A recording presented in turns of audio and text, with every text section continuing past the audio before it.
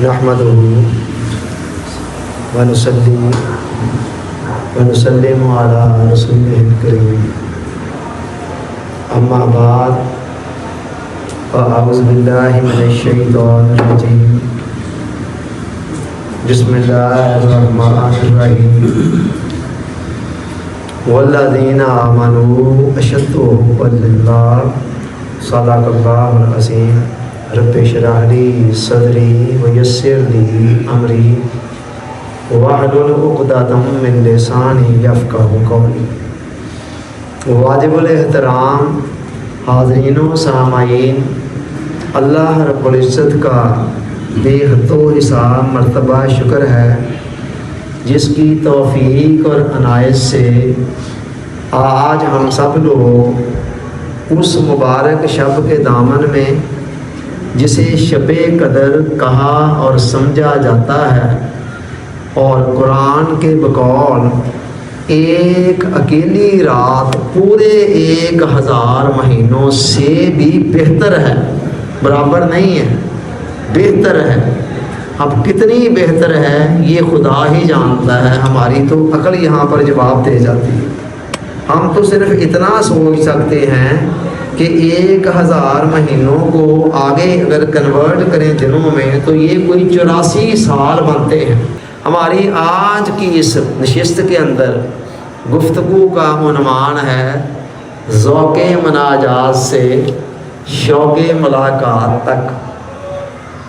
اللہ رب العزت نے قرآن مجید کے اندر ایمان والوں کا ذکر کرتے ہوئے فرمایا کہ والذین آمنوا اشد حبا للہ، جو ایمان والے ہیں وہ اللہ سے اشد محبت کرتے ہیں، ٹوٹ ٹوٹ کر محبت کرتے ہیں۔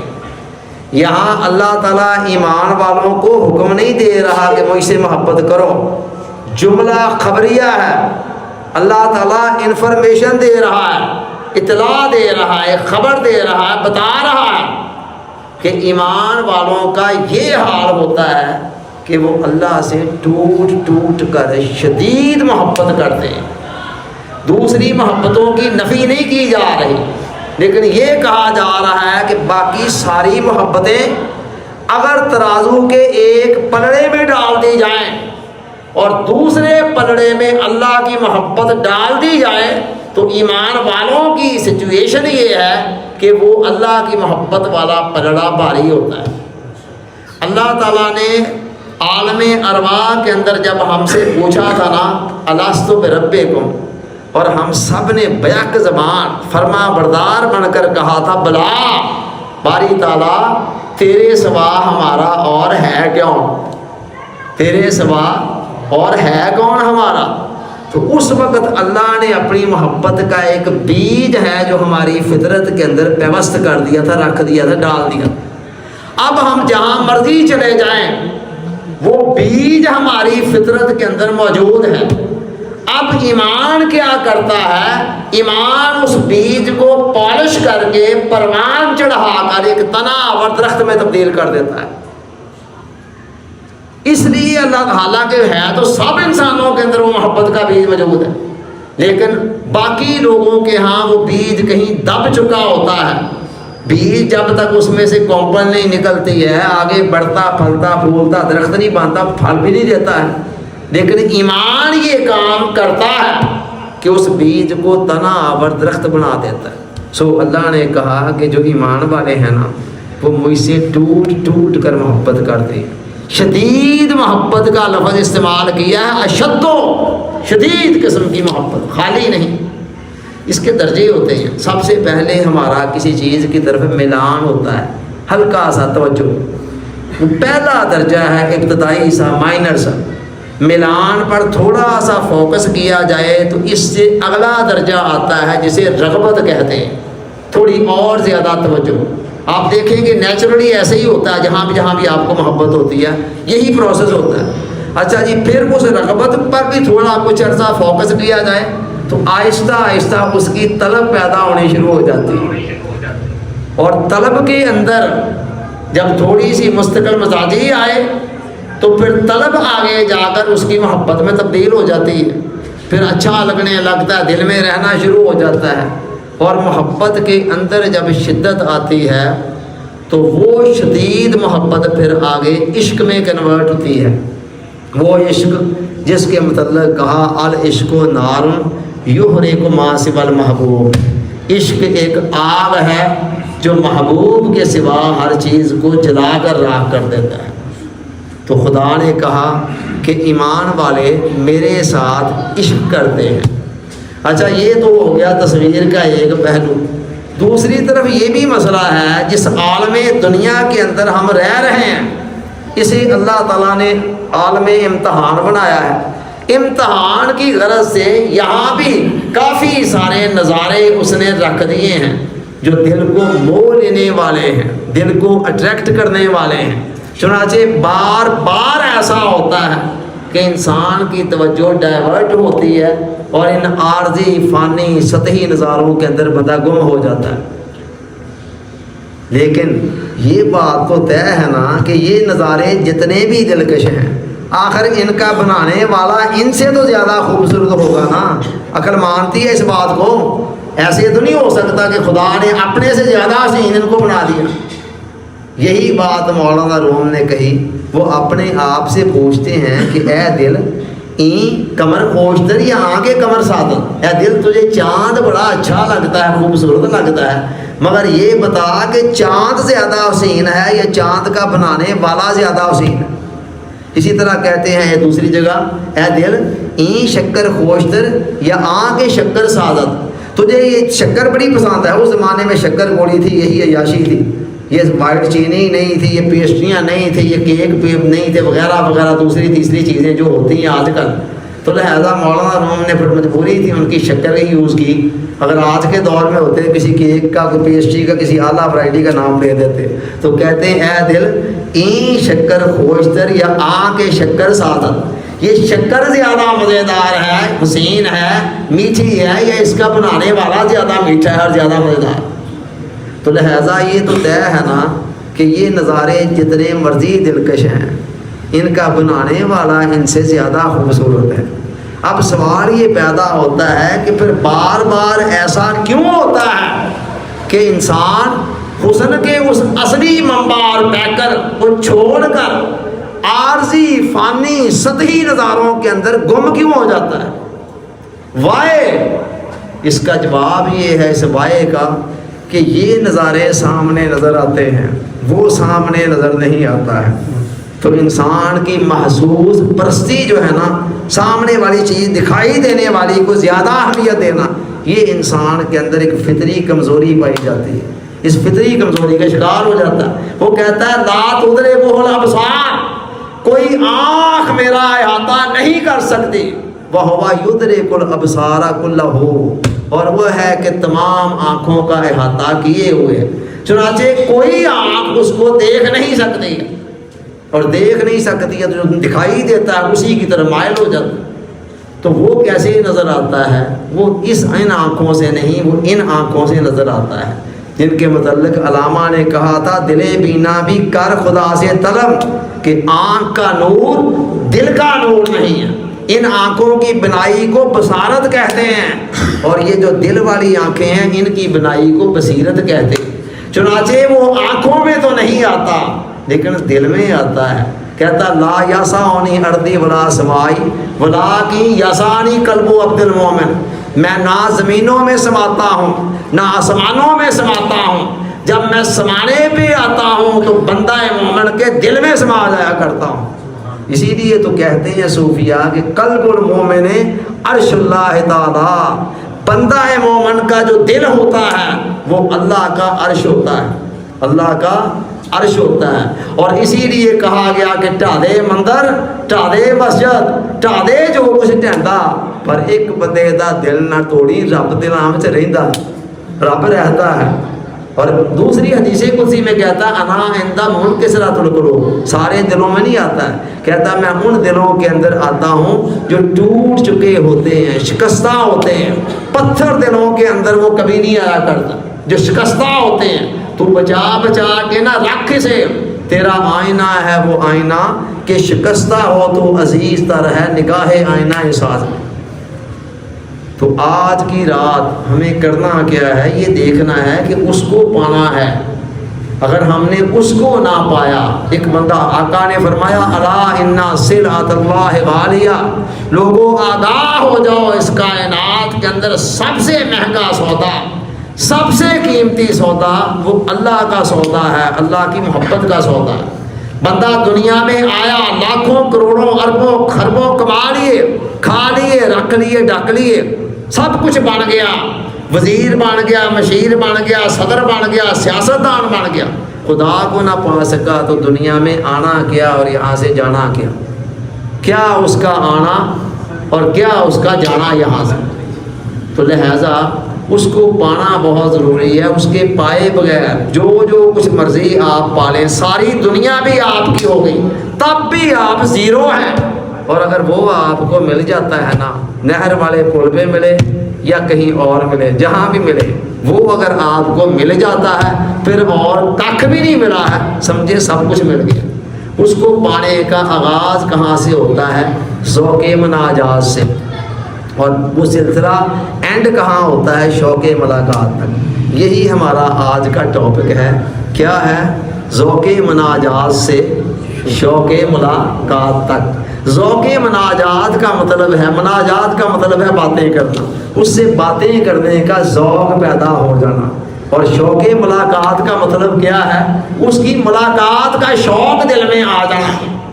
جیسے دنیا کے مجازی محبوبوں کے ساتھ جن کو پیار ہوتا ہے، وہ بیچارے ڈھونڈتے ہیں کہیں کو خلوت ملے تو ان کے ساتھ بات ہو، ہماری گھنٹوں بات کریں گے پتہ بھی نہیں چلتا، اور یہاں 5 منٹ مسئلے پہ کھڑے ہو کر نماز پڑھنا اتنا مشکل لگتا ہے۔ وجہ کوئی تعلق تو بنا نہیں ہے، تو بنے تعلق کے بغیر بندہ کیا کھینچ تان کری اپنے آپ کو مسئلے پہ لے کے آئے گا؟ جب تعلق بن جائے تو پھر پوچھنے ہیں دنیا کے فانی مجازی محبوبوں سے محبت کرنے والے آج کے نوجوانوں سے ذرا پوچھیں ہاں کہ آپ کی جو ڈارلنگ ہے اس سے بات کرتے وقت کبھی آپ کو کوفت ہوئی ہے یار تھک گئے ہیں یار 10 منٹ ہو گئے ہیں ہم بس بھی کریے؟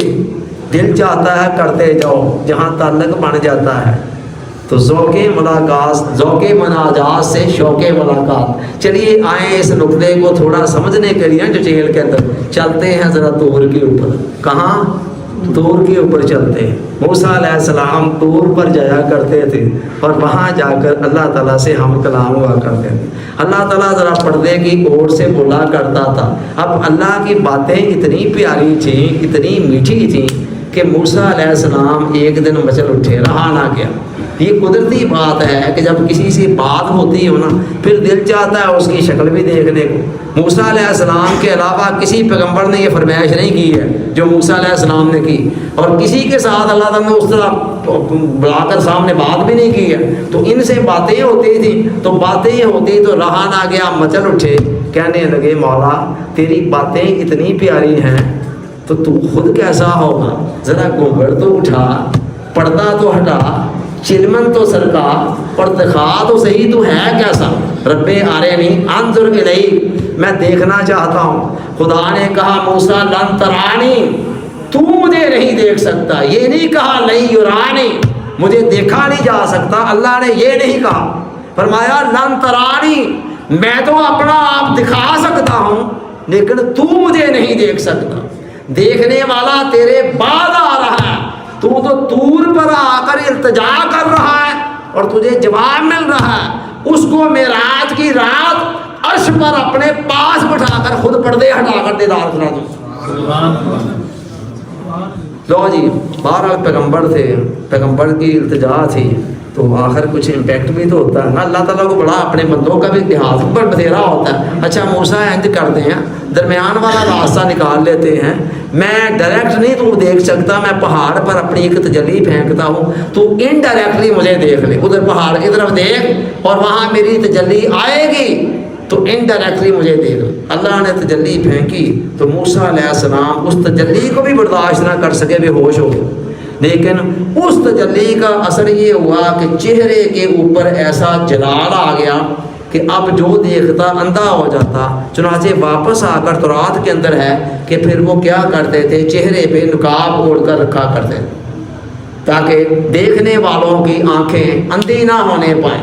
تو یہ ہے جی ذوق ملاقات سے شوق ملاقات تک والی بات کو نقطہ سمجھ میں آ رہا ہے؟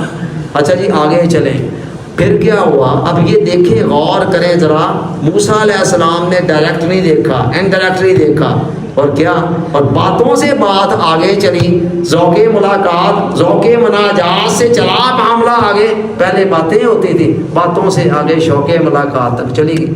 تو یوسف علیہ السلام کو خدا نے جو حسن دیا تھا، حضور علیہ السلام نے فرمایا آدھا حسن یوسف علیہ السلام کو دیا تھا، اور یوسف علیہ السلام پر زلیخا جب عاشق ہو گئی، عاشق ہونے کی دیر تھی، اس نے اپنی فرمائشیں شروع کر دی۔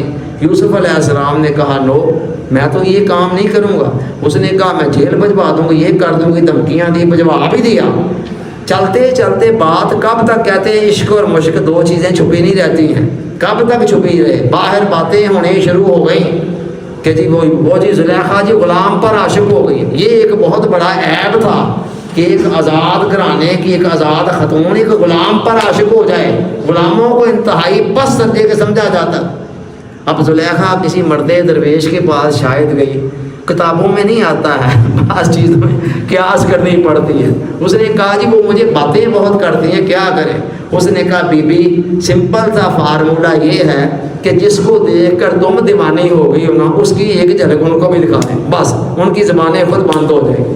زلیخا نے کہا نسخہ ٹھیک ہے۔ اس نے مصر کی عورتوں کو بلایا، میرے گھر آؤ، اور اس کا ذرا ایمان یقین اعتقاد دیکھیں۔ اس نے ان کے ہاتھوں میں پھل تھما دیے، 7 چھریاں تھما دی، اور کہا جی وہ آپ کے سامنے سے گزرے گا، جب گزرے گا پھر آپ نے پھل کاٹنے شروع کر دینے۔ لو جی انہوں نے کاٹنے شروع کر دیے۔ جو زلیخا کی ایکسپیکٹیشن تھی کہ یہ پھل کاٹنے کی بجائے اپنے ہاتھ کاٹنے شروع کر دیں گے، قرآن کہتا ہے ایگزیکٹلی ایسے ہی ہوا، ہاتھ کاٹنے شروع کر دیے، اور کہتے ہیں کہ قلنا حاشا للہ ما ھذا بشر، اللہ کی قسم یہ تو انسان نہ لگتا ہی نہیں ہے، یہ تو کوئی فرشتہ ہے۔ اب آپ خود دیکھیں یہ یوسف علیہ السلام کا حسن ہے، تو جو یوسف کا خالق ہے اس کے حسن کا عالم کیا ہو؟ کیا یوسف علیہ السلام کا جو حسن ہے وہ یوسف علیہ السلام کے خالق سے بھی زیادہ ہے؟ سوال ہی پیدا نہیں ہوتا، عقل اس بات کو مانتی ہے؟ یوسف علیہ السلام کا خالق تو آگے ہے، درمیان میں آئے ذرا۔ حضور علیہ السلام جن کو اللہ نے کہا یہ میرا محبوب ہے، اس محبوب کا حال یہ ہے کہ حضرت عائشہ فرماتی ہیں کہ مصر کی عورتوں نے یوسف علیہ السلام کو دیکھ کر اپنی انگلیاں کاٹ دی تھیں، اگر ہمارے آقا کو دیکھ لیتے تو اپنے دل کاٹ کر رکھ لیتے، دل کاٹ کر رکھ لیتی۔ شاہ عبد الرحیم محدث دہلوی رحمۃ اللہ علیہ فرماتے، شاہ ولی اللہ محدث دہلوی کے والد تھے، ایک دن حضور علیہ السلام ان کو خواب میں ملے، ایک صاحب بہت بڑے بزرگ تھے، خواب میں ملے تو ایک سوال عجیب سا کر دیا، انہوں نے کہا آقا یوسف علیہ السلام کے حوالے سے آتا ہے جی مصر کی عورتوں نے انگلیاں کاٹ دی، تو حسن تو یہ ظاہر ہے آپ کا ان سے کہیں زیادہ ہے، آپ کے حوالے سے کوئی ایسا واقعہ سننے میں نہیں آتا۔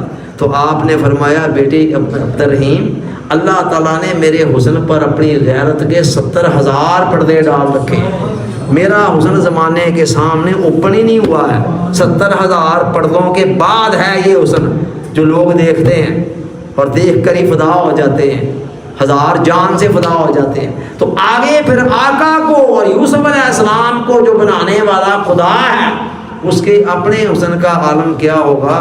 کبھی اس پر بھی تو غور کریں۔ اس کے حسن کی جھلکیاں جو دیکھ لیتے ہیں، پھر علامہ کہتا ہے دو عالم سے کرتی ہے بیگانہ دل کو، عجب چیز ہے لذت آشنائی۔ وہ جو اس کی آشنائی ہے، اس کی معرفت ہے، اس کی جو جان پہچان ہے، وہ دنیا تو کیا انسان کو آخرت سے بھی بے نیاز کر دیتی، جنت کی نعمتیں بھی بندے کو ہیچ لگنے لگتی۔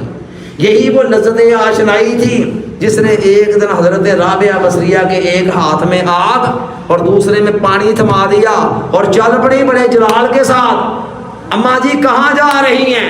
کہتی اس آگ سے جنت کو جلانے جا رہی ہوں اور اس پانی سے جہنم کو بجانے جا رہی ہوں۔ بھائی وجہ کیا ہے؟ انہوں نے کیا بگاڑا ہے آپ کا؟ کہتی اس کے بعد جو کوئی بھی اللہ کی عبادت کرے نہ جنت کے لالچ میں کرے اور نہ جہنم کے عذاب سے بچنے کے لیے کرے، فقط اللہ کے لیے کرے، چونکہ اللہ کی ذات خود اس قابل ہے کہ بغیر کسی اضافی لالچ یا خوف سے اس کی عبادت کی جائے۔ اور خود کہا کرتی تھی کہ یا اللہ جو کچھ مجھے دنیا میں دینا ہے وہ اپنے دشمنوں کو دے دے. دنیا زیادہ تر اللہ تعالیٰ دشمنوں کو دیتا ہے نا, اپنوں کو بھی دے دیتا ہے, لیکن اکثریت آپ دیکھیں فرعون دیکھ لیں, شداد دیکھ لیں, قارون دیکھ لیں, نمرود دیکھ لیں وغیرہ وغیرہ, موسٹلی زیادہ دشمنوں کو دیتا ہے. یا اللہ جو دنیا میں دینا ہے وہ دشمنوں کو دے دے, اور جو آخرت میں مجھے کوئی اگر کچھ دینا ہے نا تو وہ اپنے دوستوں کو دے دے. آخرت دوستوں کے لیے رکھی ہوئی ہے. تو رابعہ تمہیں کیا چاہیے؟ مجھے دنیا میں تیری یاد اور آخرت میں تیرا دیدار کافی ہے. تو یہ ہے وہ حسن مطلق جس کے متعلق امام فخر الدین رازی کہا کرتے تھے یا اللہ دن اچھا نہیں لگتا ہے مگر تیری یاد کے ساتھ, اور راتیں اچھی نہیں لگتی ہیں مگر تو اسے راز و نیاز کے ساتھ. یہی راز و نیاز, وہی ذوق مناجات, اور جس کے متعلق علامہ عبد الرحمن شرانی رحمۃ اللہ نے لکھا ہے کہ جو ہمارے اسلاف تھے, بزرگ تھے, بڑے تھے, وہ رات کا ایسے انتظار کیا کرتے تھے جیسے دلہا پہلی رات کے ملنے کے لیے اپنی دلہن کے لیے رات کا انتظار کیا کرتا ہے. اس طرح ہمارے لوگ انتظار کیا کرتے تھے. میری والدہ ماجدہ بالکل ایک ان پڑھ سی تھی. راتوں کا وقت بڑا عجیب ہے, عجیب و غریب ہی وقت ہے رات کا.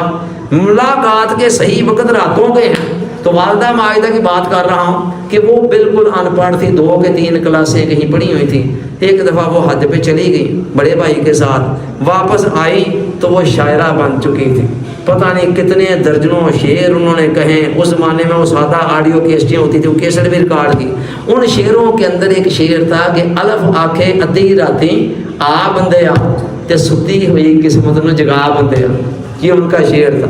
تو مجھے کہتی شفاقت علی بڑا مزہ ہے وہاں, بڑا حسن ہے, یہ ہے وہ ہے, تم جاؤ گے تو پتہ چلے گا. تو میں نے ان کے جواب میں آگے ایک شعر پڑھنا کہ ہے حاجی جاون حج کرن مکے, ساڈا حج ہے یار جمال تیرا, ساڈی زندگی ہے تیری دید ہر دم, ساڈی بندگی سونا خیال تیرا, ساڈی جان ایمان تے دین مذہب, جو کچھ بھی ہے سجنا مال تیرا, یہ زندگی فانی فراق اصغر, اصل زندگی وصل وصال تیرا. تو میں نے یہ پڑھنا, انہوں نے کہا تم ایک دفعہ جاؤ گے نا تو تمہیں پتہ چل جائے گا. اب وہ میری والدہ تھی, میں انہیں کیسے سمجھاتا کہ میں کہاں سے بول رہا ہوں, میں تو وہاں سے بول رہا ہوں کہ کاف کعبے جو ہوئے چاہے بت خانے, لوڑ شمع دیے پروانیاں نو, مست رہندے نے سدا جمال اندر, لوڑ نشے دی نہیں مستانیاں نو, دوستی ملا تے ویر نہیں نال بامن, کم دید نال ہے دیوانیاں نو, جڑے پیندے نے عشق شراب اصغر توڑن دوئی دیاں پیمانیاں. تو میں کہیں اور سے بول رہا ہوتا تھا. تو بہرحال یہ ہے کہ میں اس کے بعد اللہ والدہ صاحبہ کو رحمت کرے, میں 4 دفعہ وہاں سے ہو بھی آیا ہوں, لیکن وہاں سے 4 دفعہ ہو کے آنے کے بعد بھی میرا پوائنٹ آف ویو بھی ہے کہ اگر دل کے اندر اللہ ہے تو پھر آپ بت خانے میں بھی بیٹھے ہوئے ہیں تو خیر ہے, ٹھیک ہے, اور اگر دل میں اللہ نہیں ہے تو پھر کعبے کے غلاف کو بھی تھام کر بیٹھے ہوئے ہیں تو خیر کوئی نہیں ہے. تو بہرحال ہم بات کر رہے تھے رات کی کہ رات کا وقت خلوتوں کا خاص وقت ہے, خاص ملاقات کا وقت ہے. چنانچہ قرآن نے اپنے اللہ کے بندوں کے حوالے سے بتایا کہ ان کا طرز عمل کیا ہوتا ہے کہ وَكَانُوا قَلِيلًا مِّنَ اللَّيْلِ مَا يَهْجَعُونَ, راتوں کو بہت کم سوتے ہیں. وَبِالْأَسْحَارِ هُمْ يَسْتَغْفِرُونَ, اور سحری کے وقت استغفار کرنے شروع کر دیتے ہیں. ساری رات عبادتوں میں گزار کر سحری کے وقت استغفار کرنے شروع کرتے ہیں کہ یا اللہ ہماری رات بھر کا جاگنا اور نیکیاں اس قابل کہاں کہ تیری بارگاہ میں شرف قبولیت حاصل کر سکے. دوسری جگہ کہتا ہے قرآن تتجافا جنوبہم عن المضاجع, ان کے پہلو بستروں سے جدا رہتے ہیں. یدعون ربہم خوفا وطمعا, کبھی خوف کے ساتھ اور کبھی امید کے ساتھ اس کی رحمت کو اس کو پکارتے رہتے ہیں. تو یہ جو رات کا وقت ہے نا یہ عاشقوں کے لیے خاص ہوتا ہے. لگی والیاں نو نیند نہ آوے تو تیری کے میں عقل لگ گئی. حرف کھڑی شری میاں محمد بخش صاحب نے بھی کہا تھا نا کہ رات پوے تے بے دردانو سکھ دی نیندر آوے, درد مندانو یاد سجن دی ستیاں آن جگاوے. مولانا روم نے کہا عاشقاں را شش نشان استیا پسر, رنگ زردو آہ سردو چشم تر, کہ اے بیٹے عاشقوں کی 6 نشانیاں ہوتی ہیں, رنگ ان کے زرد ہوتے ہیں, رنگ زردو آہ سرد و چشم تر، آہیں سرد ہوتی ہیں اور آنکھیں تر رہتی ہیں، اور گر ترا پرسند کے دیگر سیک دام۔ اگر تو پوچھے کہ باقی تین کون سی ہیں، کم گفتو کم خوردو خفتن حرام، بولتے کم ہیں کھاتے کم ہیں اور رہ گیا سونا، وہ تو ویسے ہی عاشقوں پر حرام ہوتا ہے۔ تو سوچیں ذرا، آج کی رات غور کریں، ہمارے مقدروں میں ان کیفیتوں میں سے کوئی حصہ بھی نہیں ہے۔ کیا ہمارے مقدروں میں دنیا کی یہ ٹھیکریاں ہی جمع کرنی تھی، مال و دولت ہی جمع کرنا تھا، اور جیسے باپ دادا ہمارے چلے گئے اسی طرح کل کو ہم بھی جمع کرتے کرتے دنیا کی بھاگ دوڑ کے پیچھے بھاگتے بھاگتے چلے جائیں گے۔ کوئی ذوق مناجات، کوئی شوق ملاقات کوئی ہمارے مقدروں میں نہیں ہے۔ آج کی رات سوچنے کی رات ہے۔ آقا نے فرمایا من قام لیلۃ القدر ایمانا و احتسابا غفر لہ ما تقدم من ذنبہ، جس نے ایمان اور احتساب کے ساتھ، اکاؤنٹیبلٹی کے ساتھ اس رات کو قیام کیا، اللہ اس کے سارے گناہ معاف کر دے گا۔ خدا کے لیے کوئی سوچیں کہ دنیا میں آ کر ہم پا کیا رہے ہیں، دنیا کی لذتیں، بس یہی ہمارا مطمع نظر ہے۔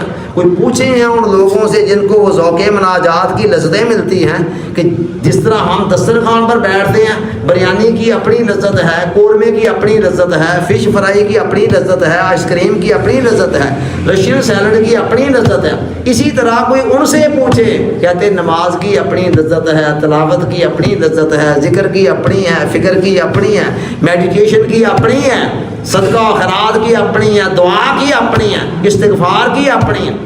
پھر ہر چیز کے الگ الگ مزے ہوتے ہیں، لیکن وہ کن کے لیے ہوتے ہیں؟ جن کے اندر وہ ذوق مناجات کا آغاز ہو جاتا ہے، آ جاتا ہے، پھر وہ ان کی پھر ڈائریکٹلی باتیں ہی ہوتی ہیں خدا کے ساتھ۔ حضرت ایوب علیہ السلام لمبی بیماری آپ کو پتہ ہے انہوں نے کاٹی، جب بیمار تھے پھر اللہ تعالیٰ نے ایک وقت آیا صحت دے دی، اور بڑی سخت بیماری کے اندر رہے، تو پھر اس کے بعد جب صحت ملی تو کسی نے کہا حضرت اللہ کا شکر ہے اس نے آپ کو صحت دے دی۔ کہتے ہاں صحت بہت بڑی نعمت ہے، اللہ کا شکر ہے، مگر جو مزے بیماری میں تھے وہ صحت میں کہاں؟ وہ پوچھنے والا حیران رہ گیا، کہتا ہے بیماری میں کیا مزے تھے؟ کہتے سارا دن تڑپتے رہتے تھے، شام کو اس محبوب کی طرف سے آواز آتی تھی ایوب کیا حال ہے، ایوب کیا حال ہے۔ ان کے آنے سے جو آ جاتی ہے چہرے پہ رونق، وہ سمجھتے ہیں بیمار کا حال اچھا ہے۔ کہتے وہ ایک جملہ جو اس محبوب کی طرف سے آتا تھا نا، سارے دن کی ساری دردیں تکلیفیں بلا دیتا تھا۔ اسی طرح رات تڑپتے رہنا بیماری کے ہاتھوں، درد کے ہاتھوں، صبح کو پھر آواز آنی ایوب کیا حال ہے۔ بس وہ پھر ایک آواز جو میٹھی میٹھی آتی تھی اس محبوب کی، وہ ساری رات کے دکھوں کو بلا دیتی تھی۔ جس دن کی صحت ملی ہے اس دن کی وہ آواز آنی بند ہو گئی۔ تو ان کو پھر اپنے مزے آتے ہیں، اور وہ مزے کیسے ہوتے ہیں کہ دنیا تو کیا بندے کو آخرت سے بے نیاز کر دیتے ہیں۔ پتھر پر اگر پانی ڈالا جائے نا یا شربت ڈالا جائے وہ بھیگ جائے گا، لیکن اور کچھ نہیں ہوگا، اس کو ذائقہ محسوس نہیں ہوگا۔ لیکن پانی کا قطرہ یا شربت کا قطرہ آپ زبان پر رکھیں گے تو زبان بھیگ بھی جائے گی اور ساتھ ذائقہ بھی محسوس کرے گی۔ یہ فرق کیوں ہے؟ اس لیے کہ پتھر بے جان ہے اور زبان ہماری جاندار ہے، جاندار۔ ایگزیکٹلی اسی طرح جن کے دل پتھر ہو جاتے ہیں نا، ان کو عبادات کے اندر، مناجات کے اندر کوئی مزہ نہیں آتا ہے۔ دیکھیں اپنے ارد گرد بے شمار لوگوں کا یہی حال ہے، اول تو آنے کو دل ہی نہیں چاہتا، وہ آ جاتے ہیں کھینچ تان کر جسم مسلح پر اور ذہن پتہ نہیں کہاں کہاں آوارہ کر دیا۔ تو جب ایمان زندہ ہوتا ہے اور ذوق مناجات آ جاتے ہیں پھر کیا ہوتا ہے؟ پھر حلاوت ہوتی ہے باتوں کے اندر، پھر اللہ کا نام لینے میں مزہ آتا ہے۔ بقول مولانا روم نام اوجو بر زمانہ میر ود ہر بن موز اصل جوئے شود، جب اس محبوب کا نام میری زبان پر آتا ہے تو مجھے ایسے لگتا ہے جیسے میرے جسم کا انگ انگ شہد کی نلی کے اندر نہا گیا ہے، پورا جسم سراپا شہد بن جاتا ہے جب اس محبوب نام صرف زبان سے لیتے۔ غور کریں ذرا، یہ کھٹائی اور مٹھائی یہ دو لفظ ہی ہیں نا، کئی مرتبہ کھٹائی کا کو سنیں یا مٹھائی کا سنیں یا ذکر ہو تو منہ میں پانی آ جاتا ہے یا اس کو دیکھ کر پانی آ جاتا ہے۔ کیا اللہ کے نام کے اندر اتنی بھی تاثیر نہیں ہے کہ دل کے اندر کوئی اثر ہو کیوں نہیں رہا؟ دل تو پتھر کر دیے ہیں ہم نے، پتہ نہیں کتنی فانی محبتوں کے اندر ڈوبے ہوئے ہیں، صبح سے لے کر شام تک مال و دولت کی محبت میں کمانے کے اندر غرق ہیں، تو وہاں پر مزہ کیسے آئے؟ وقت کا بہت بڑا اسکالر دانشور اپنے وقت کا حضرت ابو الحسن خرقانی رحمۃ اللہ علیہ سے ملنے جاتا ہے ان کی خانقاہ میں، اور کہتا ہے حضرت یہ کیا چیز ہے یہ آپ لوگوں کو اللہ اللہ اللہ اللہ کرو، اللہ اللہ کرنے سے ہوتا کیا ہے بھلا؟ بزرگ تھے، دانشور تھے، سمجھدار تھے، سمجھانے کا طریقہ ان کا لاجک ان کو کیا دیں، منطق ان کو کیا سمجھائیں، یہ خود بہت بڑا اسکالر ہے، کوئی دلیل دوں گا علمی تو یہ جواب ان کو علمی دے دے گا۔ تو انہوں نے کہا ابے خار تو چے دانی، او گدے تجھے کیا پتا، فارسی کے اندر کہا کہ وہ گدے تجھے کیا پتا۔ وہ بیچارہ ہکا بکا پریشان کہ میں اتنا بڑا دانشور اسکالر، میرا ایک نام ہے، تو یہ بڑی محفل میں مجھے کیا کہہ دیا؟ چہرے کا رنگ زرد ہو گیا۔ تو انہوں نے پوچھا کیا ہوا جی، کیا ہوا؟ کہتے جی کیا ہونا تھا، آپ نے دیکھے کتنی بڑی بات کر دی ہے اور سب کے سامنے۔ کہتے یہ دو لفظ ہی تو بولے ہیں، تجھے گدھا ہی کہا اور کیا ہو گیا؟ تو تجھے اگر گدھا کہا جائے ایک لفظ تیرے اندر اتنی تبدیلی پیدا کر سکتا ہے تو اللہ کے نام کے اندر کوئی تاثیر نہیں ہے۔ بات ان کی سمجھ میں آ گئی۔ سو عزیزان من، اب ہم تھوڑا آگے چلتے ہیں کہ یہ ذوق مناجات آتے کب ہیں اور کہاں سے آتے ہیں اور آج تک ہمارے اندر آئے کیوں نہیں ہیں؟ خیر سے تو ہم سارے کے سارے مسلمان ہی ہیں، مسلمان ہیں نا، ایمان والے ہیں نا۔ تو یہ ذوق مناجات خدا نے رکھے کس کے لیے؟ اس کا جواب واصف صاحب دیتے ہیں، کہتے ہیں جب ذوق کاروبار ختم ہوتا ہے تو کاروبار ذوق شروع ہو جاتا ہے۔ واصف صاحب کو اللہ تعالیٰ نے یہ بڑی صلاحیت دے رکھی ہے کہ وہ ایک ایک جملے کے اندر جملے بھی ایسے کنٹراسٹ کر کے لے کے آتے ہیں کہ ایسا کلاسیکل جملہ کہ بندہ اس کے سحر کے اندر مسحور ہو کر رہ جاتا ہے۔ ایک جملہ ہے اور اس کے اندر یہ ساری بات انہوں نے سمیٹ دی ہے۔ کہتے ہیں جب ذوق کاروبار یعنی کاروبار کرنے کا ذوق ختم ہوتا ہے تو پھر کیا ہوتا ہے؟ پھر کاروبار ذوق شروع ہو جاتا ہے، پھر ذوق والا کاروبار، شوق والا کاروبار شروع ہو جاتا ہے۔ اب اس کا کیا مطلب ہے؟ دکان بند کر دیں، پھر جاب پہ جاتے ہیں چھوڑ دیں، دنیا کے معاملات چھوڑ دیں؟ نہیں، اس کا مطلب صرف اتنا ہے کہ یہ جو دنیا کو ہم نے اپنے حواس پر سوار کیا ہوا ہے نا، ٹوکرا بنا کر ذہن پہ اٹھایا ہوا ہے ہر لمحہ۔ اچھا آج کے دن میں دیکھ لینا، صبح سے لے کر اب تک ہماری سوچیں کہاں کہاں رہیں، ایک منٹ میں پتہ چل جاتا ہے، نظر آ جائے گا دنیا پہ فلانا کا مینج کرنا، تم گانا کو مینج کرنا ہے۔ اتنے آوارہ پراگندہ اور منتشر دل کے اندر ہم چاہتے ہیں خدا آ جائے۔ خدا کے بندو کیسے ہو؟ ٹھیک ہے، وہ کہتا میں ہر تمنا دل سے رخصت ہو گئی، اب تو آ جاؤ کہ خلوت ہو گئی۔ کہتا مجھے اگر دل میں بنانا ہے تو یہاں کو خلوت پیدا کرو، میں تمہیں روکتا نہیں ہوں کہ دنیا کے کام نہ کرو، لیکن کام ہاتھ کار وال ہو، تمہارا جسم تمہارا دنیا میں ہو، دل جو ہے وہ میری طرف مائل ہو۔ اور قرآن میں کہتا ہے کہ ایسے میرے بے شمار بندے ہیں، رجال اللہ تلہیہم تجارۃ ولا بیع عن ذکر اللہ، اللہ کے ایسے بندے ہیں جن کی تجارت اور خرید و فروخت انہیں خدا کی یاد سے بات نہیں رکھتی۔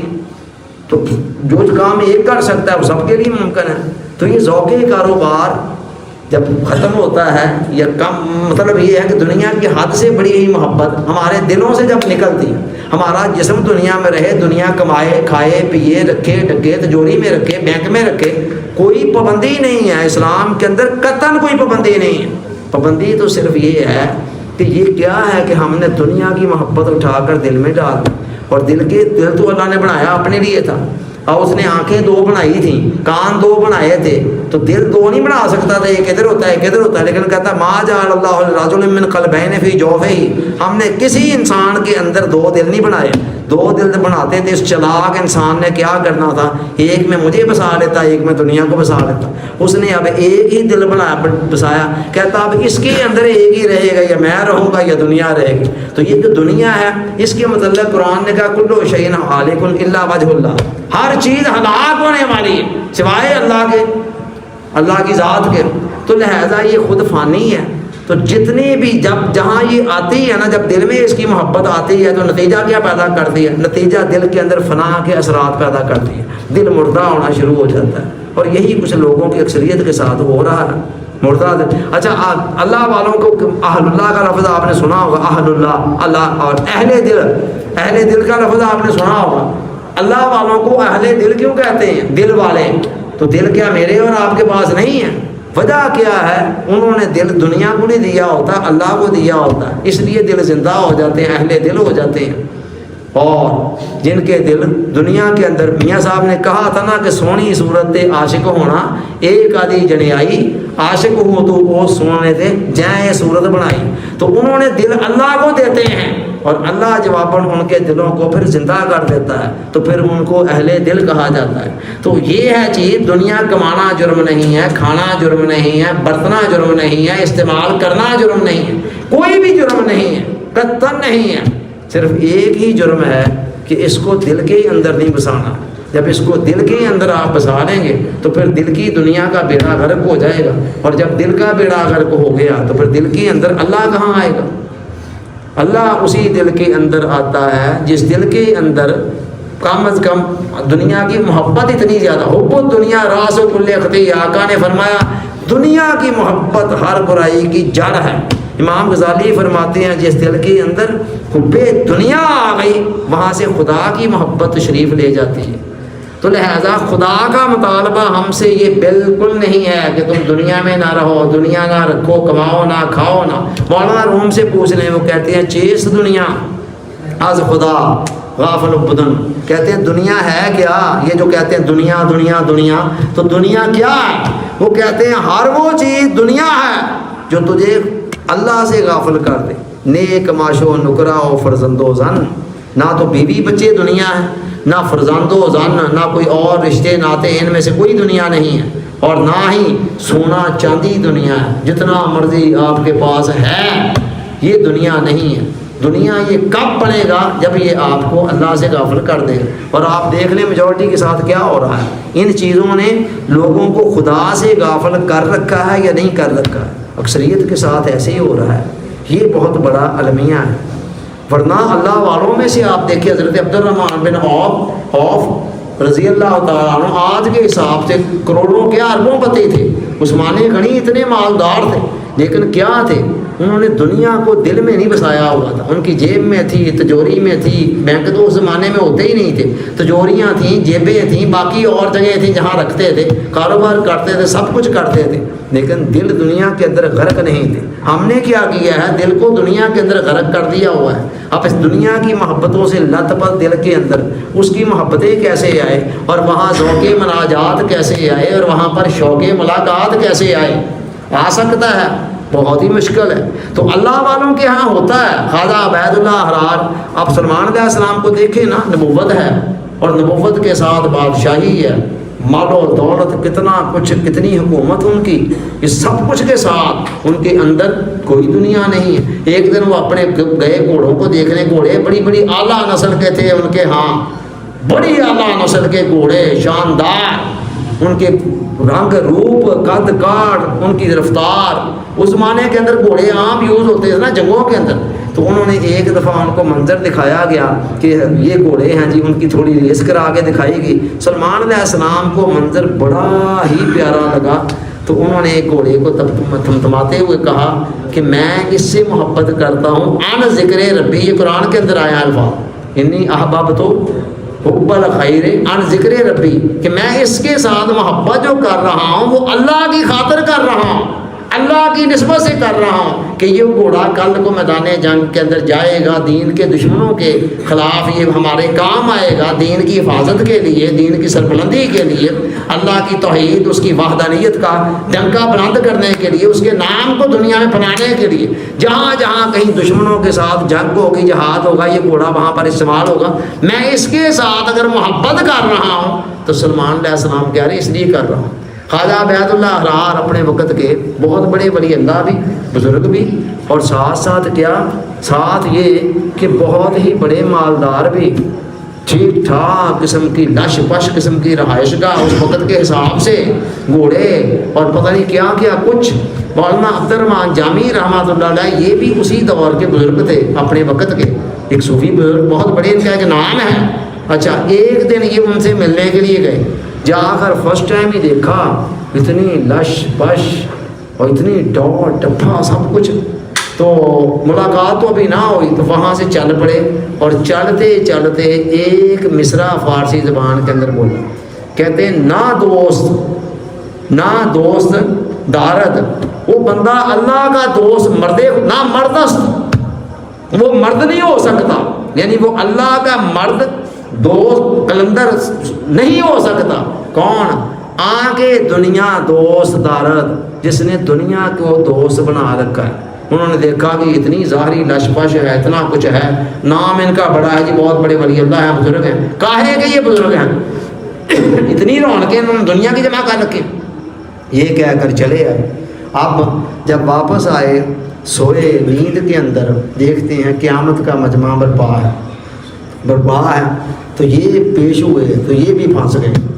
کوئی ان سے کئیوں کے مطالبے تھے، جی میرا آپ کی طرف یہ ہے، جی میرے ساتھ آپ نے فلاں وقت میں یہ کیا تھا، وہ کیا تھا۔ آتا ہے حدیث کے اندر کہ اللہ تعالیٰ اس طرح کے حساب کتاب وہاں چکوائے گا۔ اچھا جی، تو پھر کیا ہوا؟ وہاں پر یہ اب دیکھ رہے ہیں کہاں سے نیکیاں اتنی تو ہے نہیں، کہاں سے پوری کریں۔ تو اتنے میں خواجہ عبید اللہ احرار وہاں خواب کے اندر ہی گھوڑے پر بیٹھ کر آ رہے ہیں، اور وہاں رکتے ہیں، کہتے کیا ہوا؟ کہتے جی ان کی نیکیاں کم ہیں، تو ان کا حساب کتاب دینے لینے والا زیادہ ہے۔ تو کہتے ہیں اچھا کوئی نہیں، میرے حساب میں سے ڈال دیں۔ انہوں نے کہا ٹھیک ہے ڈال دیتے ہیں۔ یہ بات کہہ کر وہ آگے بڑھ گئے، ادھر ان کی آنکھ کھل گئی، پھر ان کو سمجھ آئی کہ نہیں، میں جو سوچ رہا تھا نا وہ غلط تھا، وہ بندہ ایسا نہیں ہے، اس کا مطلب لازمی کچھ اور ہے۔ دوبارہ اگلے دن جاتے ہیں، جب گئے تو جا کر ملاقات کی، تو اللہ تعالیٰ نے ادھر ان کو بھی بتا دیا تھا کہ یہ ہے، اور ظاہر ہے وہ خواب کے اندر بھی آئے، چاہے خواب میں وہ خود تو نہیں آنا تھا، وہ تو اللہ کی طرف سے خواب تھا، لیکن ادھر بھی اللہ تعالیٰ نے بتا دیا کہ بھئی یہ ایسے کل آیا تھا اور کل یہ کہہ کر چلا گیا تھا۔ تو وہاں پر گئے ملنے کے لیے، تو انہوں نے پوچھا یہ بتاؤ کل آپ آئے تھے اور جاتے وقت وہ مصرع کون سا بولا تھا آپ نے؟ ایک مصرع شعر کا بولا تھا۔ انہوں نے کہا چھوڑیں حضرت، وہ کیا ہے؟ ہیزیٹیشن سے فیل کر رہے تھے کہ اب کیا بولوں۔ انہوں نے کہا نہیں بتائیں تو صحیح، کوئی بات نہیں، نو ہیزیٹیشن، آپ بتائیں۔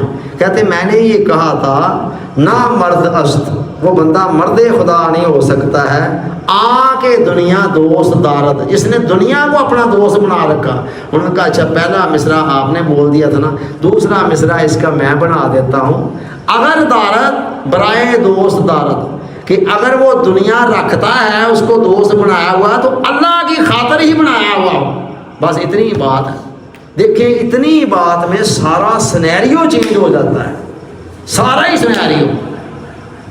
اگر صرف اوپر والے مصرے تک رہیں تو لگتا ہے جی اس میں بڑا وزن ہے، لیکن نیچے والا مصرع جو انہوں نے بولا، پہلے مصرے نے کہا کہ اللہ کا جو دوست ہے یا اللہ کا مرد بندہ ایسا نہیں ہو سکتا ہے کہ وہ دنیا کے ساتھ محبت کر رہا ہو اتنی، یا اتنی دوست رکھا ہو۔ دوسرا مصرع کہہ رہا ہے کہ ہاں ایک صورت کے اندر پاسبل ہے، اگر اس نے اللہ کی خاطر اس کے ساتھ دوستی رکھی ہوئی ہے تو پھر وہ ہو سکتا ہے۔ تو یہی انہوں نے کہا کہ ہمارے ہاں یہ دنیا جو آپ کو نظر آ رہی ہے، پتہ نہیں کتنے کام ہم کر رہے ہیں باہر دین کے، فلاح عامہ کے، یہ سارا کوئی تو اس مقصد کے لیے ہے۔ مطلب یہ تھا کہ اس کو ہم نے کوئی دل میں نہیں رکھا ہوا ہے کہ دل کے ساتھ دل کے اندر اس کے لیے پیار ڈالا ہوا ہے۔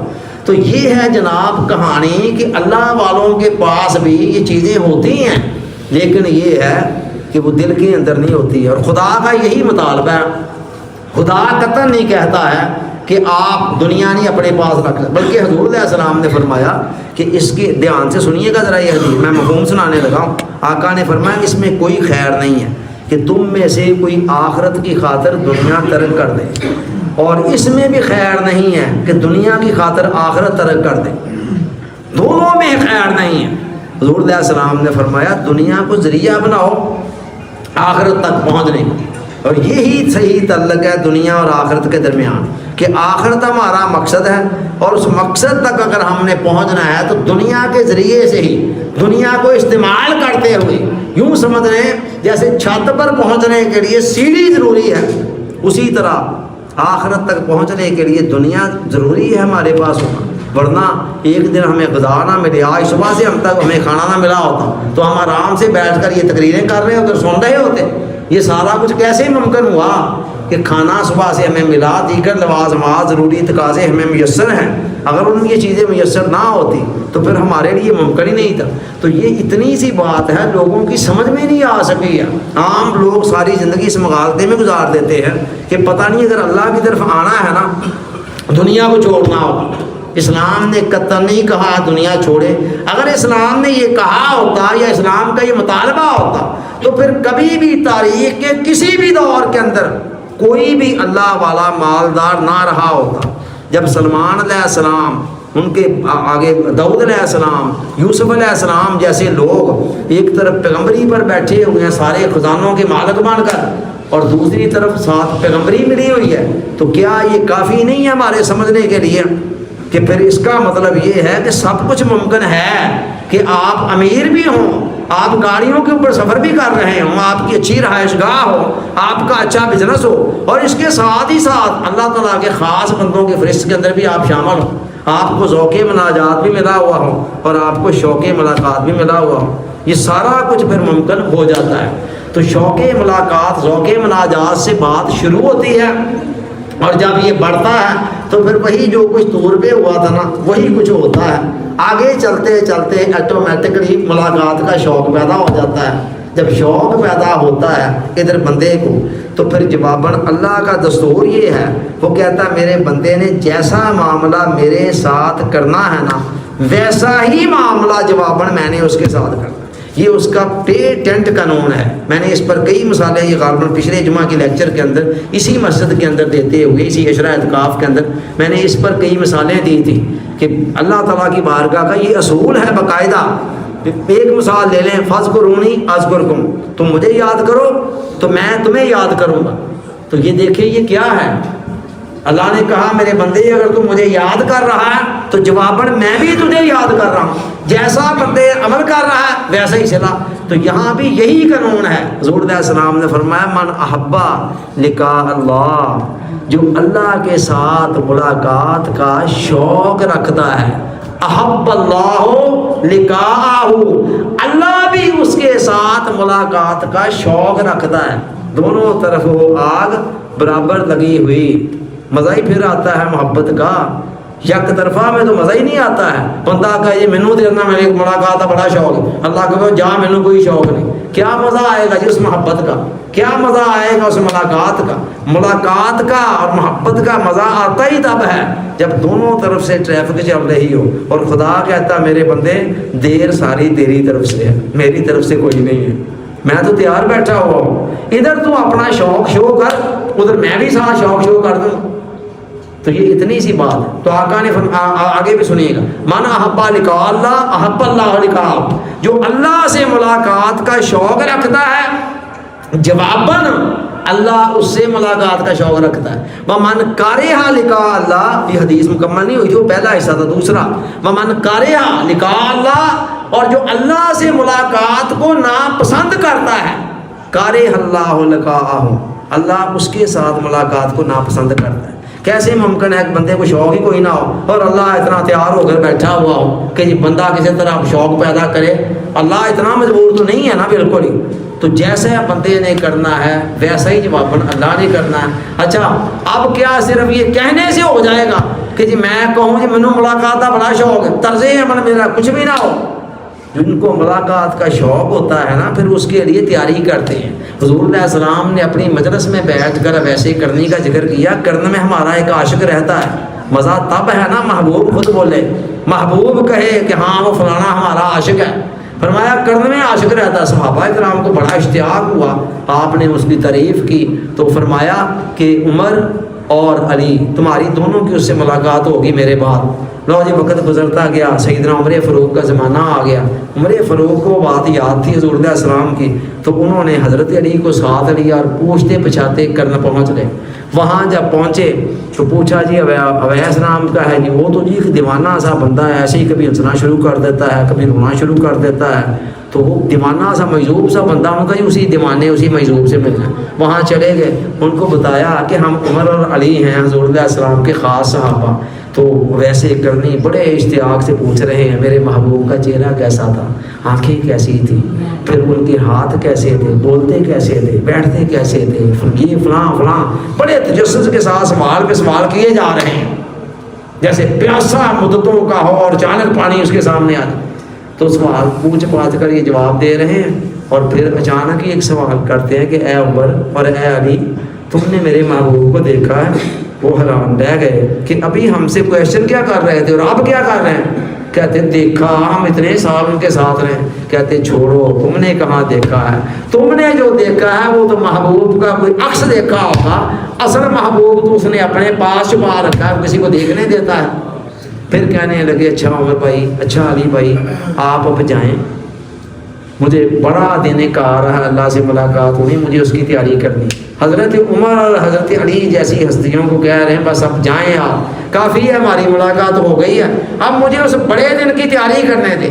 تو جن کو شوق ملاقات ہوتا ہے کوئی تیاری بھی تو نظر آئے. تیاری کخ بھی نہ ہو، تیاریاں ساری دنیا میں ہوں، اور ہم کہیں جی ہم بڑا شوق ہے جی ملاقات کا، تو کون اس دعوے کو مان لے گا؟ دعوے کی صداقت کے لیے بھی کوئی ثبوت بھی تو دینا پڑتا ہے. ہندوستان دہلی کا زمانہ ہے، دہلی کا ماحول ہے، اور وہاں پر وقت کا ایک بہت بڑا صوفی خواجہ قطب الدین بختیاری کاکی رحمۃ اللہ علیہ انتقال کر جاتے ہیں. جنازہ پڑا ہوا ہے کھلے گراؤنڈ میں، لاکھوں کا مجمع جمع ہے جنازہ پڑھنے. وقت کے جو بادشاہ تھے وہ بھی ان کے حلقہ احباب میں، حلقہ ارادت میں مریدوں میں سے تھے. لاکھوں کا جنازہ ہے، بڑے بڑے جبے کبے والے علامہ فہامہ مفتی محدث جمع ہے وہاں پر. ایک بندہ مجمع سے اٹھتا ہے اور اعلان کرتا ہے کہ حضرت صاحب نے یہ وصیت کی تھی کہ میرا جنازہ صرف وہ بندہ پڑھائے جس کے اندر یہ 4 خوبیاں موجود ہوں. کون کون سی؟ نمبر 1، بالغ ہونے کے بعد اس کی کبھی تہجد قضا نہ ہوئی. نمبر 2، بالغ ہونے کے بعد اس نے کبھی تکبیر اولیٰ قضا نہ کی ہو، یعنی 5 وقت کی نمازیں تکبیر اولیٰ جس سے امام نماز شروع کرتا ہے، ہر نماز کے ساتھ پہلی رکعت کے اندر ہی وہ امام کے ساتھ ملا. اور نمبر 3، اس نے کبھی عصر کی سنتیں جو کہ غیر موقدہ ہیں وہ بھی قضا نہ کی، وہ بھی نہ چھوڑی ہوں، پڑھی ہوں. اور نمبر 4، کبھی کسی غیر محرم عورت کو ہوس بری نگاہوں سے، شہوت والی نگاہوں سے، گندی نیت کے ساتھ، گندی سوچ کے ساتھ دیکھا نہ. لو جی کون پوری کرے یہ 4 شرطیں؟ سناٹا چھا گیا پورے مجمع کے اوپر، سب ایک دوسرے کی طرف دیکھ رہے ہیں. بڑے بڑے عالم فاضل بیٹھے ہوئے ہیں، کسی کی جرت نہیں آگے بڑھ کر کہے جی میں کر سکتا ہوں. بالآخر جب مجمع کے اوپر سناٹا چھایا ہوا ہے، ایک دوسرے کی طرف دیکھ رہے ہیں، پھر وہاں سے ایک بندہ نکلتا ہے، باہر آتا ہے، اور باہر آ کر وہ حضرت کے یہ خواجہ قطب الدین بختیاری کاکی وہ ہیں جو خواجہ فرید الدین بابا فرید الدین گنجے شکر کے شیخ ہیں آگے، ٹھیک ہے، ان کے پیر تھے. تو وہ بندہ آگے بڑھتا ہے اور آگے بڑھ کر حضرت کے چہرے سے نقاب اٹھاتا ہے اور آنکھوں میں آنسو، اور کہتا ہے کہ حضرت آپ خود تو پردہ فرما گئے ہیں مگر میرا پردہ آپ فاش کر گئے ہیں. اس کے بعد وہ بندہ مجمع کو مخاطب ہو کر کہتا ہے کہ میں قسم کھا کر کہتا ہوں یہ 4 شرطیں میرے اندر پائی جا رہی ہیں، میں نے بالغ ہونے کے بعد یہ 4 باتیں اسی طرح کی ہیں. پھر وہ جنازہ پڑھاتا ہے، اور پتہ ہے وہ بندہ کون تھا؟ وہ کوئی عام بندہ نہیں تھا، وہ وقت کا بادشاہ تھا، سلطان شمس الدین التمش. یہ ہیں وہ لوگ جن کو ملاقات کا شوق ہوتا ہے تو پھر اس کے لیے تیاری کر رہے ہوتے ہیں. کتنی ساری مصروفیات کے ہنگاموں کے اندر رہتے ہوئے بھی وہ بندہ ان 4 باتوں کا پورا اس نے دھیان رکھا. تو یہ پھر ملاقات کے لیے تیاری، اور وہ کہتا میں بھی تیاری کر رہا ہوں. کہتا فلا تعلم نفس ما اخفی لهم من قرۃ اعین، کوئی جان آج اس کو امیجن بھی نہیں کر سکتی کہ میں نے اپنے بندوں کی آنکھوں کی ٹھنڈک کے لیے کیسے کیسے سامان وہاں پر تیار کر رکھے. وہ کہتا آج تم امیجن کر ہی نہیں سکتے ہو، ایسے ایسے سامان ہیں میرے پاس آنکھوں کی ٹھنڈک کے. وہ تیاریاں کر کے بیٹھا ہوا ہے، اور جن کے لیے بیٹھا ہوا ہے وہ کہتے ہیں ربا ٹھہر جا سانو یہ بزنس کر لیندے ویل نہیں گیا گا، سیل مائیا ویلے کدی آمی ہالے کم تو نہیں ویل مائیا. جن کے لیے تیاریاں ہیں وہ آرام سے کاموں میں مشغول ہیں، اور وہ کہتے ہیں کہ بس فارغ ہو گئے تو پھر دیکھیں گے آخرت کو بھی، اللہ کو بھی دیکھ لیں گے، پہلے یہ سارے معاملات تو سیٹل کر دیں، یہ الجھی ہوئی گرے تو سلجھا لیں، پہلے دنیا کے دندوں سیاپوں کو تو مال تو کما لیں زیادہ سے زیادہ وغیرہ وغیرہ. چلے آئیں اب اس 55 منٹ کے سارے مضمون کو شیخ الاسلام ڈاکٹر محمد طاہر القادری صاحب کے ایک عارفانہ کلام کی روشنی میں سنیں، جو ہم اعتکاف کے اندر روزانہ بڑے ترنم کے ساتھ افضل شاہی نے پڑھا ہوا ہے اس کو سنتے ہیں. اور میں تو ظاہر ہے کہ ترنم سے نہیں پڑھ سکتا ہوں، سمپل پڑھوں گا، لیکن آپ نے اگر سننا ہو تو نیٹ پر جا کر افضل شاہی لکھیں تو وہاں سے وہ کلام آئے گا تو وہ سنیے گا تو پھر آپ کو پتہ چلے گا ہماری 55 منٹ کی ساری جو سپیچ ہے نا ذوق مناجات سے شوق ملاقات، اس سارے کا خلاصہ اس ایک کلام کے اندر ہے۔ کیا ہے وہ کلام؟ ہے چارہ گرے شوق کوئی ایسی دوا دے، چارہ گرے شوق، اے میرے شوق کا، میری محبت کی چارہ گری علاج کرنے والے کوئی ایسی دوا دے جو دل سے ہر ایک غیر کی چاہت کو بلا دے، یعنی غیر کی چاہتیں دل سے نکل جائیں۔ دل سے کہا نکل جائیں، یہ نہیں کہا ہے کہ میں دنیا سے نکل جاؤں یا کام کاج نہ کروں۔ جو پاکیزہ، بس دیکھ لیا دنیا کے رشتوں کا تماشا، تو بس دیکھ لیا دنیا کے رشتوں کا تماشا، تماشا ہی ہے۔ باپ کا آخری سانسیں لے رہا ہے، سامنے نوجوان بیٹا کھڑا ہے، کچھ بھی نہیں کر سکتا، کہتا پاپا سوری میں کیا کر سکتا ہوں۔ وہی بیٹا بعد میں اٹھاتا ہے، کہتا چلو جی دفن کر کے آتے ہیں، چاہے اس کے دل پر 1000 غم کے پہاڑ ٹوٹ پڑے، لیکن وہ بیچارہ کہتا میں اور کر کے آ سکتا ہوں۔ یہ ہیں دنیا کے رشتے، بس دیکھ لیا دنیا کے رشتوں کا تماشا، مخلوق سے امید کے سب دیپ بجھا دیں، سارے دیپ ہی بجھا دیں، کسی سے کوئی امید نہ رہے۔ امیدوں کا مرکز و محور تیری ذات بن جائے، چاہتوں کا مرکز و محور تیری ذات بن جائے۔ پاکیزہ تمنائیں بھی لاتی ہیں اداسی، یہ جو پاکیزہ ایک تو ہے نا غلط تمنا، جو اچھی تمنائیں ہیں وہ بھی بالآخر اداسی لاتے ہیں۔ علامہ نے کہا تھا نا کہ تیری دعا ہے میری آرزو ہو پوری، میری دعا ہے تیری آرزو بدل جائے، آرزو صرف ایک کی ہو۔ ہر تمنا دل سے رخصت ہو گئی، اب تو آ جاؤ کہ خلوت ہو گئی۔ تو آرزو میں پاکیزہ تمنائیں بھی لاتی ہیں اداسی۔ واصف صاحب نے کہا تھا کہ خواہش پوری کرنے والا بزرگ اور ہوتا ہے اور خواہش ترک کرا دینے والا بزرگ اور ہوتا ہے۔ خواہشیں پوری کرنے والے بزرگ چپے چپے پر بیٹھے ہوئے نیٹ کے اوپر، کہتے ہیں 3 دن تو ساری خواہشیں پوری، محبوب قدموں میں جو چاہو پاؤ۔ ہمیں ان بزرگوں کی تلاش ہے جو کہیں کہ ہم خواہش آپ کی ترک کرا دیتے ہیں۔ پاکیزہ تمنائیں بھی لاتی ہیں اداسی، ان سارے ہر ذوق طلب شوق تمنا ہی مٹا دیں، ساری تمنائیں مٹ جائیں، بس ایک تیری تمنا رہ جائے۔ کیوں نیک گمانوں کے سہارے پہ جیے ہیں، کیوں نیک گمانوں کے سہارے پہ جیے، اے میں نیک گمان ہے انجو جے کتے، اے انجو جے کتے، کیوں نیک گمانوں کے سہارے پہ جیے ہیں۔ ان سارے فریبوں کو سرابوں کو ہٹا دیں، سب فریب ہیں سراب ہیں، یہ مال و دولت دنیا، یہ رشتہ و پیوند، بتانے وہم و گمان لا الہ الا اللہ، یہ علامہ کہہ رہے ہیں۔ تو کہتے ہیں کیوں نیک گمانوں کے سہارے پہ جیے ہیں، ان سارے فریبوں کو سرابوں کو ہٹا دیں۔ ایک میں ہوں فقط تو ہو اور عالم ہو، آئے ہائے، ایک میں ہوں فقط تو ہو اور عالم ہو، سناٹے کا عالم ہو، اے حسن ازل سارے حجابات ہٹا دیں۔ ایک دفعہ سارے حجابات ہٹا کر سامنے آ، بس تو اور میں ہوں۔ اور یہ وہی بات ہے جو علامہ اقبال نے کہی تھی، کبھی یہ حقیقت منتظر نظر آ لباس مجاز میں کہ ہزاروں سجدے تڑپ رہے ہیں میری جبین نیاز میں خود کو بھی پھر خود سے پھر ڈھونڈ نہ پاؤں، یوں آتش سوزاں سے میری راکھ جلا دے، میں اپنے آپ کو بھی نہ ڈھونڈ سکوں، میری راکھ تک جل جائے، آتش عشق سے راکھ بھی جل جائے، میرا نام و نشان بھی باقی نہ رہے۔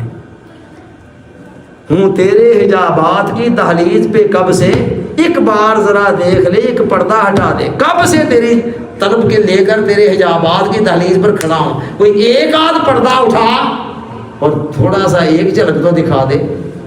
ہے روح کو ہر لمحہ تیرے وصل کی امید، آزیست کی شب کو کبھی صبح بنا دے، کہ روح ہر لمحہ پیاسی ہے تیرے وصل کے لیے، تو کبھی میری یہ رات جو ہے زندگی کی رات، اس کو کبھی اپنے دیدار کے ذریعے سے صبح میں تبدیل کر دے۔ تو یہ کمال کا کلام ہے ان کا۔ تو یہ سارے کا یہ کلام جو ہے نا، یہ اور بھی ابھی آگے اس میں شعر ہے، پھر خدا کی طرف سے جواب بھی آتا ہے، وہ جواب بھی سننے والا ہے۔ تو لیکن بہرحال ہمارا ٹائم پورا ہو گیا ہے، 1 گھنٹہ، تو اللہ تعالیٰ سوچنے سمجھنے یاد رکھنے عمل کی توفیق دے۔ عارف کھڑی شریف میاں محمد بخش صاحب کے شعر پر بات کو ختم کر رہا ہوں۔ لاکھ ہزار بہار حسن دی اندر خاک سمانی، اجئی پریت لگا محمد جگتے روے کہانی۔ کوئی کہانی چھوڑ کر مرے، اللہ تعالیٰ سوچنے سمجھنے کی توفیق دے۔ Thank you very much, Allah